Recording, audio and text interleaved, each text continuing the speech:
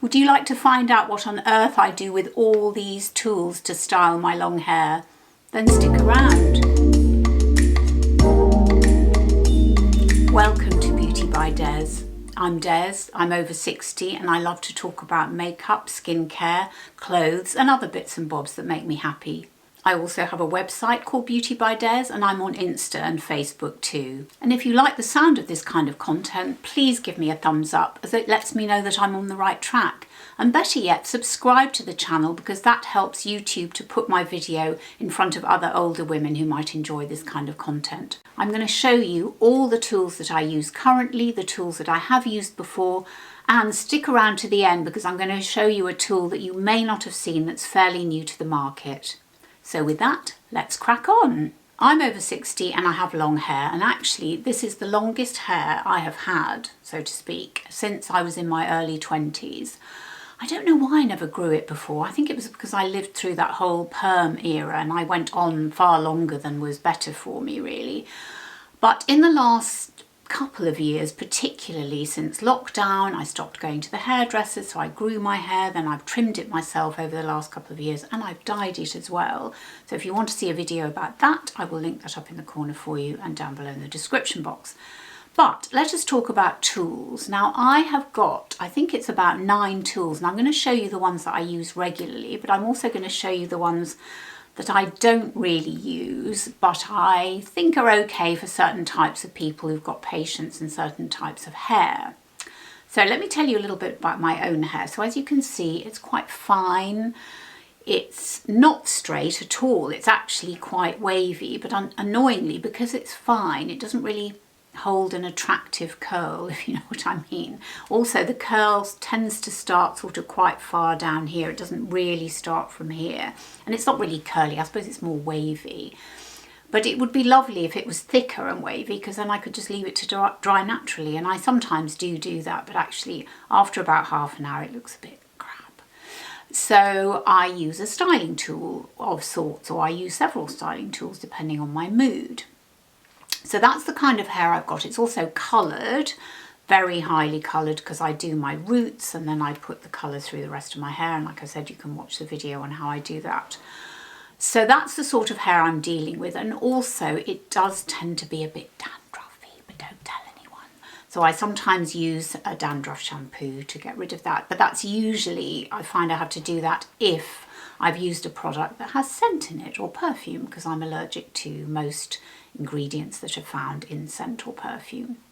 So that's my hair. Now what I thought I'd do is I'll tell you the tools that I don't really use on a regular basis before we get to the tools that I do use. Let me show you the big basket of tools that I don't use. And some of these have been fine up to a point, but I've just stopped using them because I think at the moment I've found my sort of optimum set of tools. But I'll tell you the ones that, in fact, let me tell you the first one that I bought of these, and that is the Babyless Big Hair. Now this is the second version, I think, or probably the third. They've been a few. In fact, gosh, do you know, thinking about it, the first time I ever bought one was around the time that Prince William got married to Catherine Middleton. I mean, that is, in fact, I can tell you exactly when that was. It was 2011. So what you've got is a rotating brush, and you plug it in, and it's got 2 heat controls here. Very noisy, by the way. And then what you do is you can turn it this way or turn it that way. Now I'm not going to do it on my hair because it won't take anyway, because I've straightened the hell out of it today. The problem I had with this, it was great for a while, and you can do curls this way or that way. I mean, it's obviously quite big, so you're not really going to get much of a curl. It's more of a wave. I think for someone whose hair would hold a curl, then I think this would be very suitable, and it won't damage your hair as much as a higher heat appliance. So that's the Babyless Big Hair. Right, the next one I'm going to show you is called a Daphne, D-A-F-N-I, and it's this one. I think it came out about 4 years ago, something like that. So I've just plugged it in. It makes a little beep, and you turn it on here. And the idea of this brush is that it straightens, so it's a straightening brush as opposed to a straightening iron. You use it on dry hair, so you have to dry your hair first and then you brush this through. So let me just see if I can show you. I mean, as I say, my hair is dead straight anyway, so And it's very hot, this one, by the way. It's very hot. Now, oh my gosh, it is hot. I haven't used this for ages. Some of the reviewers said, and I think they're right, it's not great for finishing, even though you might sort of brush it to the end, and that's what you should do with any styling tool. Don't sort of rush it. I think it's quite difficult to show you on my dead straight hair now because I've straightened the hell out of it, but that gives you an idea. But it is super hot. So I would say if you're worried about damage to your hair, then this probably isn't the brush for you. But it does seem to work on curly hair. In my view, you still need straightening irons in order to completely finish your hairstyle.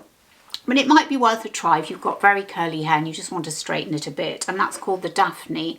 I think it's also quite pricey. I'll put all the details down below for you with the prices as well. The next styling tool I'm going to show you for long hair is the rotating styling brush by Babyliss again. So the difference between this Babyliss rotating brush and this one is that these bristles are rubber, and I think that affects the curling ability of this brush. I don't think it works as well. Gosh, it is taking forever to heat up. Sorry about this.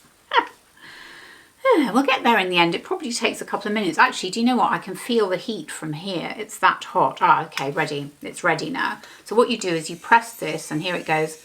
It's quite slow again. I mean, let's just give it a go, shall we? I'm just going to ruin my hair now. But so what you do is you press the button, and this is going to go this way. It just doesn't grab hold of the hair, does it? I just don't find it very useful at all. I wonder, I mean, it is still for sale because I looked on Amazon, but it just doesn't grip the hair. Maybe it's because my hair's too fine, I don't know. But anyway, it might be all right for slightly thicker hair because of the rubber bristles, but it's just not for me. It does get very hot though, again. In fact, it gets hotter than the Babyliss, I'd say, but with less result, so slightly weird. Anyway, that wasn't much cop for me, so I've given that one up as well. And finally, another couple of tools that I don't use anymore, but I may go back to them at some point, so I'm not going to get rid of them, and that's these two wands. So they're both Babyliss. I think probably this one was my favourite, although I've never got the hang of using these clippery things at all.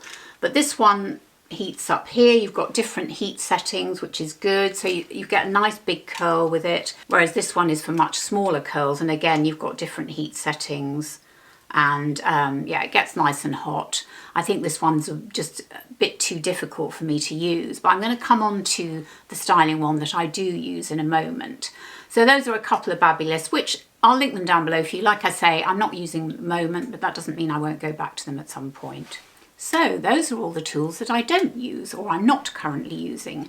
Now let me talk you through the tools I am using, and what I'm going to do, I'm going to start with a hairdryer, which is just a bog standard hairdryer. But do you know, I looked this up on Amazon as to when I bought it, and it was 2013. I don't think it's that cheap. It's probably around about £80, maybe $100 if you can get them in the States. It's by Parlux. Again, I'll put all the details down below for you. But interestingly, when I went to my hairdressers that I used to go to after I bought this in 2013, I noticed that he had one. As they're used by professionals, they're obviously hard wearing, I would say. Anyway, this has been a great hairdryer. It's never gone wrong. I had loads of other hairdryers before by reputable makes like Babyliss and all sorts, and none of them have been as reliable as this one.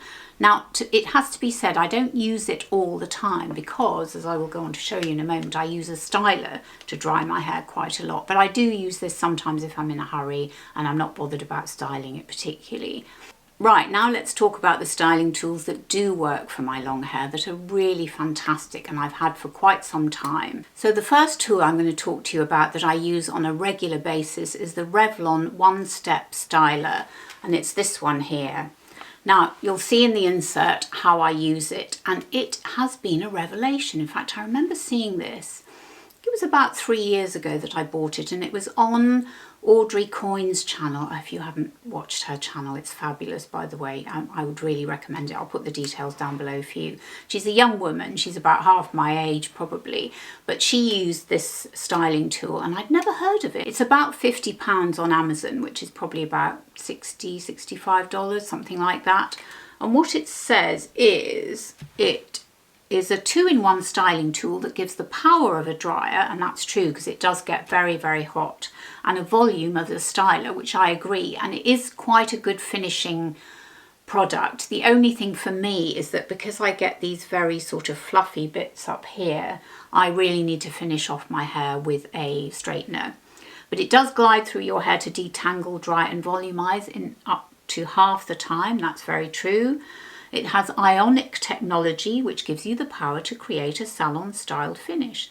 30% less frizz for shiny, healthy looking hair. And I agree, up to a point it does. It's not perfect, but up to a point it really does. And it says ceramic technology helps reduce damage from overstyling with even heat distribution, making hair styling easier. Now, I think it is a really good brush. It says it's ideal for medium to long hair. It's got a 4-year guarantee, and I've used it, as I say, virtually every time I wash my hair, I dry it with this. However, I do need to finish off the styling with a straightener because unfortunately the brush, great as it is, just doesn't do enough smoothing for my personal taste anyway. So what I do is I use my trusty GHDs. I think these are about £120, so they're not cheap, but they really do work so well. And as you can see in the insert, and actually this is what I've done today, I get lovely, smooth, dead straight hair.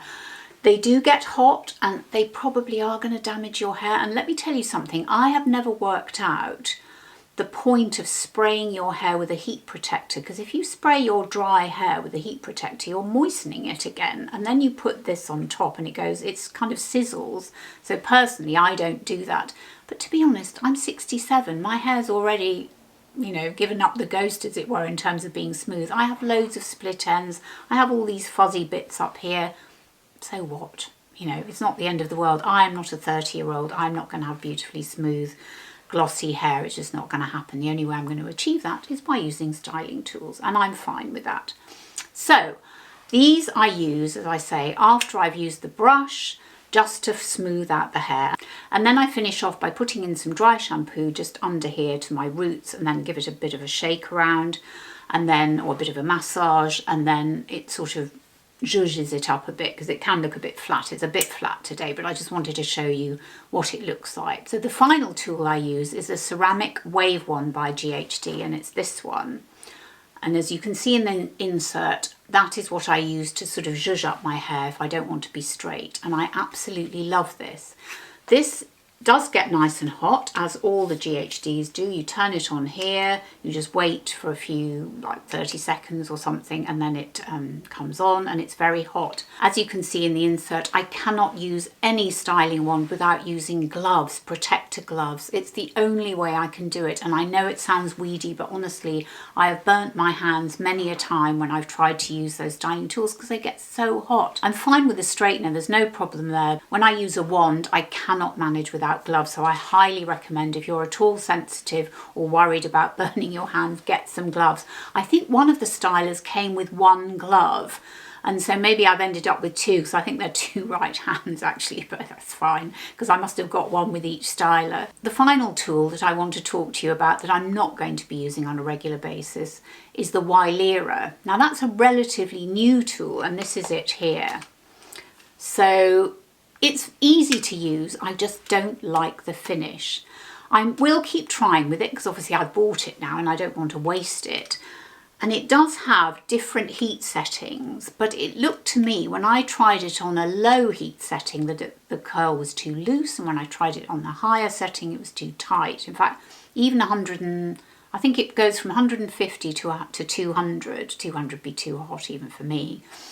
But the 150 was pointless, even the 160 or 70. When it got to 80, it suddenly jumped from being quite, or nothing there much at all, to being ridiculously curly. So that really does hold a curl, by the way. If I go to 180, I can't get rid of the blooming thing.